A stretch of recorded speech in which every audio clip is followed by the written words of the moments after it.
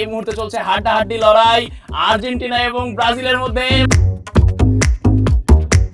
Messi কান্নাকাটি করে একবার বলে না আমি আজকে খেলবো না। তাহলে আপনি কার সাথে খেলতে চাচ্ছেন? ওনার সাথে খেলতে চাই। উনি তো চাইবেই। এবার ডব্লিউসি ট্রফি আমাদের ঘরে আসবেই আসবে। স্বপ্নে।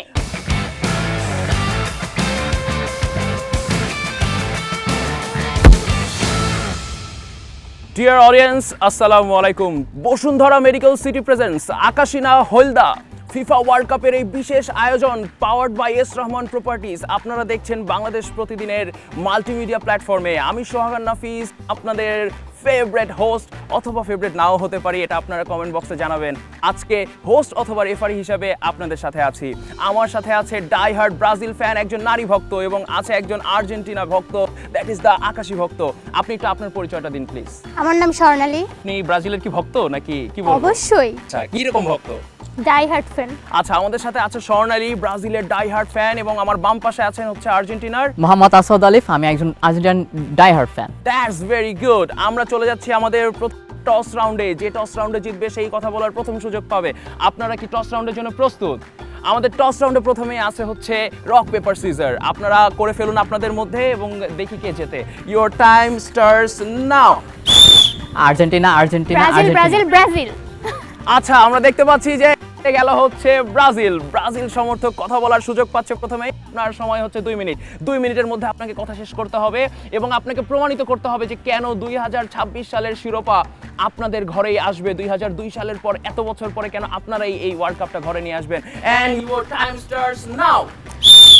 আচ্ছা, ধন্যবাদ মাননীয় রেফারি। কিন্তু ব্রাজিল কেন বিশ্বকাপ জিতবে সেই বিতর্কে যাওয়ার আগে আমি বলতে চাই, আজকে আপনারা সেটে যে অ্যারেঞ্জমেন্ট করেছেন, যে চেয়ারটি আমাকে প্রোভাইড করা হয়েছে, সেটা আসলে একজন ব্রাজিল ফ্যান হিসাবে 5টা স্টার নিয়ে বসাটা খুবই কষ্টকর।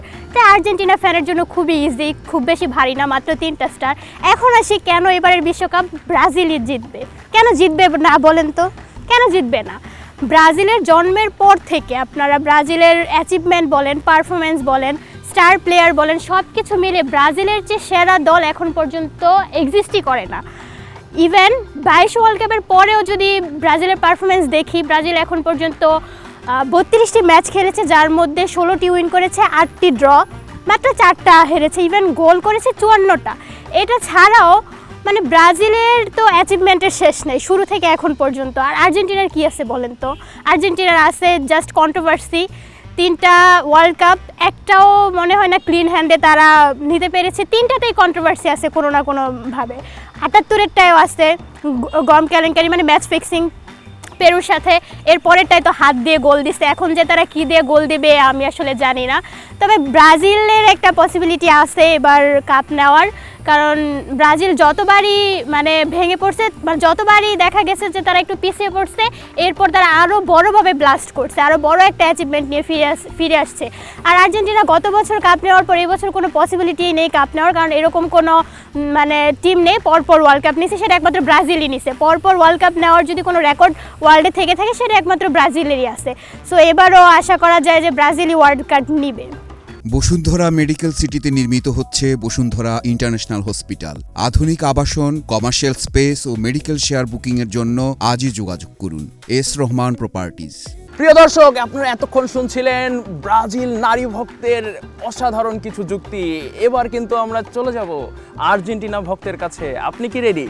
আপনার সময় কিন্তু 2 মিনিট এবং প্রশ্নগুলো সেম। আমি যদি প্রশ্নগুলো আরেকবার রিপিট করে দেই আপনার জন্য, আপনারা তো এবার ডিফেন্ডিং চ্যাম্পিয়ন, আর ডিফেন্ডিং চ্যাম্পিয়ন হয়ে আপনারা আসলে কি স্ট্র্যাটেজি সাজাচ্ছেন এবং কেন মনে করছেন যে 2026 সালের ওয়ার্ল্ড কাপের মানে কাপটাও আপনাদের ঘরেই পৌঁছাবে? এই জন্য আপনারা আসলে আর কতভাবে নিজেদেরকে ঘুরিয়ে আনছেন এবং বিগত বিশ্বকাপ থেকে আপনারা কোন ভুলগুলো বের করে নিজেদেরকে আরও বেশি শুধরাতে চাচ্ছেন একটু বলবেন, এবং কেন মনে হয় যে ব্রাজিল এবার ওয়ার্ল্ড কাপটা নিতে পারবে না? অ্যান্ড ইউর টাইম স্টার্টস নাও। দেখুন, আমাদের এই মুহূর্তে আর্জেন্টিনার যে স্ট্র্যাটেজি, সেটা হচ্ছে আমাদের স্কালোনি সাহেব যেই চমৎকার স্ট্র্যাটেজি নিয়ে আমাদের এতক্ষণ যে কোপা আমেরিকা জিতলেন, এরপরে ফাইনাল জিতলেন, ফুটবল ফাইনাল WC, দেন হচ্ছে আমাদের ফিনালে যেমন জিতলাম, এরপর আরেকটা কোপা আমেরিকা জিতলাম, তাও আবার ব্রাজিলকেই হারিয়ে। সেই সেম স্ট্র্যাটেজি নিয়ে হয়তো আমরা আগাবো না, কিন্তু এর থেকে আরও বেটার স্ট্র্যাটেজি নিয়ে আমরা আগাবো। কারণ কি? কারণ দেখুন, আমরা মানুষ হিসেবে আমাদের পরিবর্তন হতে হবে, এবং এই পরিবর্তনের সাথে সাথে আমাদের স্ট্র্যাটেজিও সেমভাবে পরিবর্তন করতে হবে। এখন দেখেন সেমভাবে যে বিগত কয়েক বছরে, বিগত 3-4 বছরে হয়তো ব্রাজিলকে অনেক স্ট্র্যাটেজিতেই হারিয়ে ফেলেছিলাম, কিন্তু এবার আরো অনেক বড় স্ট্র্যাটেজি এবার আছে। মনে কারণ হয় বাম পায়ে গোল দেবে। বাম পা দিয়ে গোল দিবেন আপনারা এবার?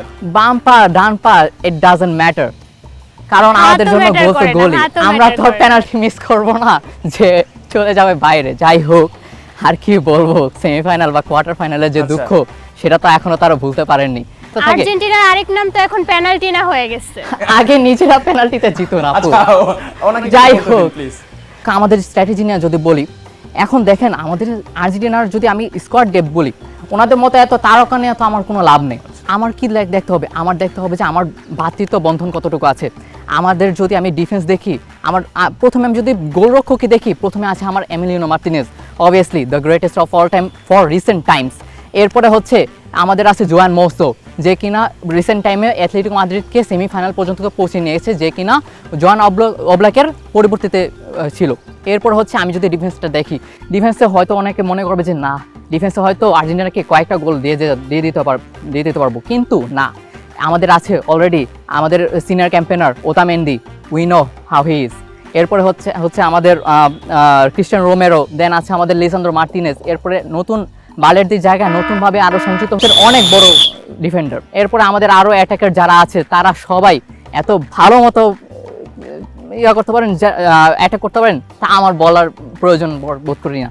তাই আমি বলতে পারি না যে ব্রাজিল কীভাবে মনে করেন যে তারা চ্যাম্পিয়ন হবেন। I don't think so. অসংখ্য ধন্যবাদ আপনাকে, আপনার যুক্তিতর্কগুলো আমরা বুঝতে পেরেছি। আমি এই মুহূর্তে আপনাকে প্রশ্ন করতে চাই, মানে আপনি তো ওনার কথাগুলো শুনলেন, আপনার কেন মনে হচ্ছে যে এই ওয়ার্ল্ড কাপে উনি প্রত্যেকটা মানে প্লেয়ারের একটা ব্যাকআপ স্ট্র্যাটেজি কিন্তু উনি বলে গেলেন?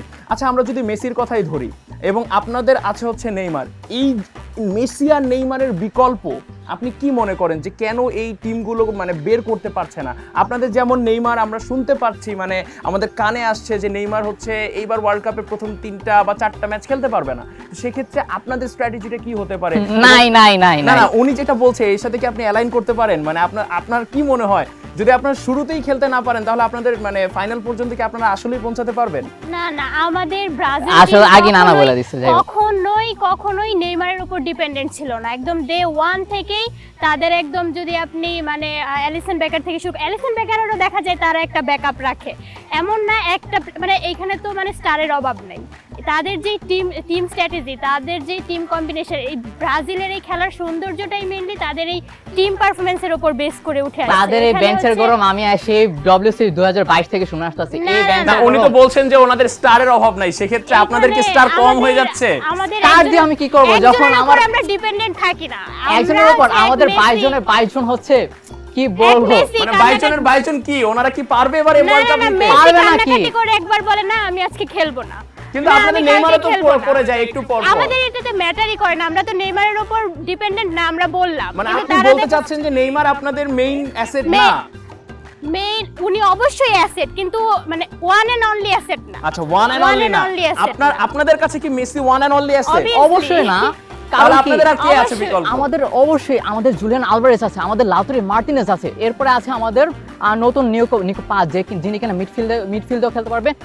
উনি চাইলে ফরওয়ার্ডেও হয়তো খেলতে পারবেন, আমি জানি না। তবে জুলিয়ান আলভারেজের বর্তমান ফর্ম, এখন তিনি আপনারা সবাই জানেন যে রিয়াল মাদ্রিদ এবং বার্সেলোনা কিভাবে তার পিছনে পড়ে আছে, এবং অ্যাথলেটিক তাদেরকে ছাড়তেই চাচ্ছে না। 150 মিলিয়ন ফি ছাড়ার পরেও তাকে ছাড়তে চাচ্ছে না রিয়াল মাদ্রিদ, অ্যাথলেটিকো মাদ্রিদ। তাহলে আপনি জানেন যে তাহলে তার ফর্ম কতটুকু ভালো আছে।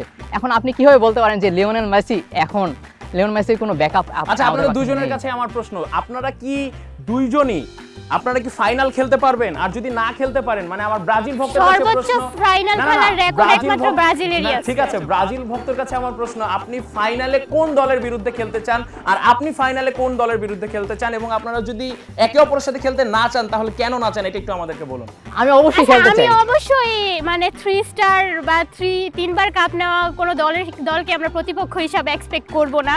আমরা যার হচ্ছে 5 স্টার মানে উনি চাচ্ছেন না আপনাদের সাথে মানে ফাইনালে খেলো? এত ভয় পাইছে যে দেখেন কোপা আমেরিকার সাথে কোপা আমেরিকা হারছে, এরপরে এর আগে কত ম্যাচ আমি তো হারছে। বলছি আপনি কোপা আমেরিকা হেরে গেছেন, আপনি পারবেন না। না কেন পারবো না, আমরা তো বললাম যে মানে তাহলে আর্জেন্টিনা আপনারা ভয় পাচ্ছেন কেন? ভয় কেন বাবা, আর্জেন্টিনাকে আমরা এক্সপেক্টই করি না যে ওনারা আমরা তো আরো চাই আপনারা আসুন। তাহলে আপনি ফাইনালে কার সাথে খেলতে চাচ্ছেন? ওনার সাথে খেলতে ও, চাই। ওনার সাথেই খেলবেন? হ্যাঁ। উনি তো চাইবেই, মানে- কারণ 3-5 আচ্ছা। এই যে এত সহজ ওপোনেন্ট যদি পাই তাহলে আর কি লাগে? না, উনি তো চাইবেই। আবার আমরা ওই যে মার্কেটে শুনতে পাই 7 আপ, সেই ক্ষেত্রে আপনার কি কিছু বলার আছে? সেই ক্ষেত্রে সেটাই বললাম, জার্মানি চাইলে আমাদের প্রতিপক্ষ হইতে পারে, ও আচ্ছা, জার্মানি গুড কম্পিটেন্ট হইতে পারে ব্রাজিলের Okay, জন্য, that's good, but okay. Argentina না। আচ্ছা, ওনারা জার্মানিকে চাচ্ছে কিন্তু আপনি আসলে দিন শেষে ব্রাজিলের সাথেই ফাইনাল খেলতে চাচ্ছেন, এটার কারণটা আমি তো কি? চাচ্ছি তাদেরকে আরেকবার হারাতে, জার্মানিকে কতবার চাইলে আমি হারাই না, দিতে আমার কেন পারবো। জানি মনে হচ্ছে আপনি জাস্ট আর্জেন্টিনা ভক্ত হয়ে ব্রাজিল ভক্ত রূপ মানে প্রেমে পড়ে গেছেন নাকি, এই কারণে আপনি চাচ্ছেন যে কোনোভাবে যদি ব্রাজিলের না, ম্যাচটাও জাতে হয়ে ওঠার যেত জন্য। তাহলে আরেকবার না, আপনাদের না, বসার সুযোগ হয়ে যেত, এটা বিষয়টা আসলে কি এরকম? জাতে ওঠার এখন জন্য। যদি ওনারা না চায় তাহলে অন্যান্য টিমও আসতে পারে, আমাদের কোনো মানে সমস্যা নেই, আপনি- যেই আসুক। মানে আপনি এবার চাচ্ছেন না? ডব্লিউসি ট্রফি আমাদের ঘরে আসবেই আসবে। ট্রফি তো উনি নিয়ে যাচ্ছেন, আপনি কি করবেন? এটা উনি তো হ্যাঁ, আর্জেন্টিনা এবার ট্রফি নিতে পারে কিন্তু স্বপ্নে। বসুন্ধরা মেডিকেল সিটিতে নির্মিত হচ্ছে বসুন্ধরা ইন্টারন্যাশনাল হসপিটাল। আধুনিক আবাসন, কমার্শিয়াল স্পেস ও মেডিকেল শেয়ার বুকিং এর জন্য আজই যোগাযোগ করুন। S Rahman properties. আচ্ছা, বাস্তবে না। এটা আমরা প্রমাণ করব একটা মানে চ্যালেঞ্জের মাধ্যমে। আপনাদের কথাই তো আমরা বুঝতে পারলাম, কিন্তু একটা চ্যালেঞ্জ হয়ে যাক যে এবার ট্রফিটা কার ঘরে যাবে, আর্জেন্টিনার ঘরে নাকি ব্রাজিলের ঘরে। এবং আমার সামনে কিন্তু আপনারা দেখতে পাচ্ছেন এটা একটা চ্যালেঞ্জ আছে, দুই পাশে কিছু আটা আছে, আটার ভেতরে আছে হচ্ছে স্বচ্ছ সাদা চকলেট। এই সাদা চকলেটগুলো কিন্তু আপনাদেরকে 5টা সাদা চকলেট এখান থেকে সর্বোচ্চ গতিতে যে সর্বপ্রথম বের করতে পারবেন মুখ দিয়ে, চ্যালেঞ্জের নিয়মটা হচ্ছে মুখ দিয়ে, সেই কিন্তু এবার আমরা ধরে নিব, আমাদের দর্শকরা ধরে নিবে যে হয় ব্রাজিল না হয় আর্জেন্টিনা এই কাপটা ঘরে নিয়ে যাবে। তোমরা কি এই চ্যালেঞ্জের জন্য প্রস্তুত? Ready. Are you guys ready? So if we all are ready, I think we can start the challenge, and we are going to start the challenge in 3, 2, 1.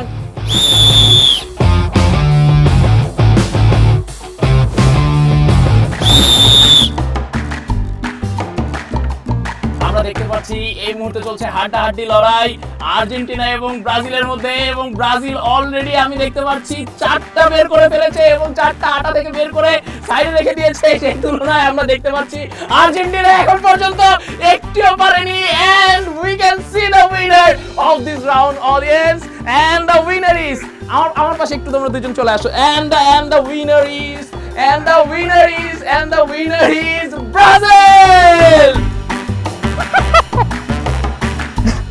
Dear audience, আমরা দেখলাম একটা হাড্ডাহাড্ডি চ্যালেঞ্জ এবং এই চ্যালেঞ্জে জিতে গেল ব্রাজিল। যদিও এটা হচ্ছে এইখানকার খেলা, আমরা দেখবো আসলে মূল খেলায় কে জিতে। আপনারা কি মনে করেন? আপনি তো হেরে গেলেন, আপনার অনুভূতিটা কি?